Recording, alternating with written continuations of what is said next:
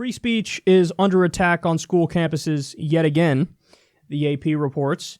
A California high school teacher who was seen on video calling the U.S. military the lowest of the low has been fired.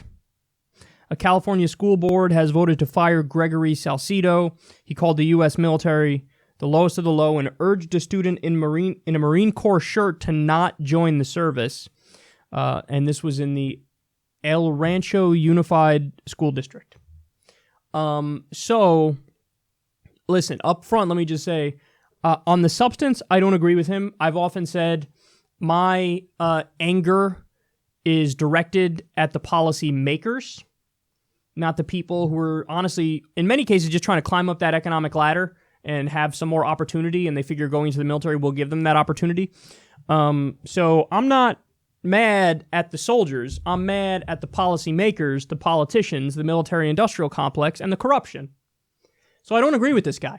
Having said that, he shouldn't get fired. And this isn't a hard one. This isn't a difficult one. This is, honestly, an easy one.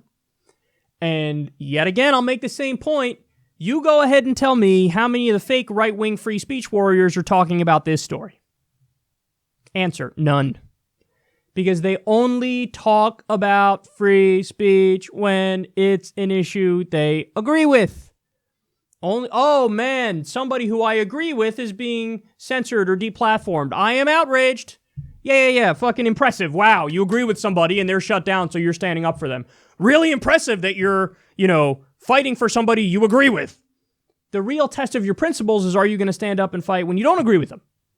Now, I already proved myself time and time again on this issue. I defended Milo, vociferously, by the way, and I got a lot of shit over that, but I didn't care because it's a matter of principle. And earlier in this fucking show, I defended a YouTuber who said gas the Jews repeatedly and then made his girlfriend's dog give a fucking Hail Hitler Nazi salute. So, I don't agree with that guy at all. Now, I think he was joking, but I don't agree with him at all. But it's crazy. He's about to get locked up. He got found guilty of a hate crime in Scotland. He's about to get locked up. I just defended him. And I don't agree with that speech, and I hate it. But he has a right. He has a fucking right. So, I've established my credibility on this. But again, the game is rigged when you talk about these free speech issues. Because the people on the right who use it, they're just using it as a tactic. They don't believe in it in a principled way. If they did believe in it in a principled way, they would talk about it when they don't agree with the speech, but they don't do that. So they're using it as a tactic. Okay, I just need you to understand that. Using it as a tactic.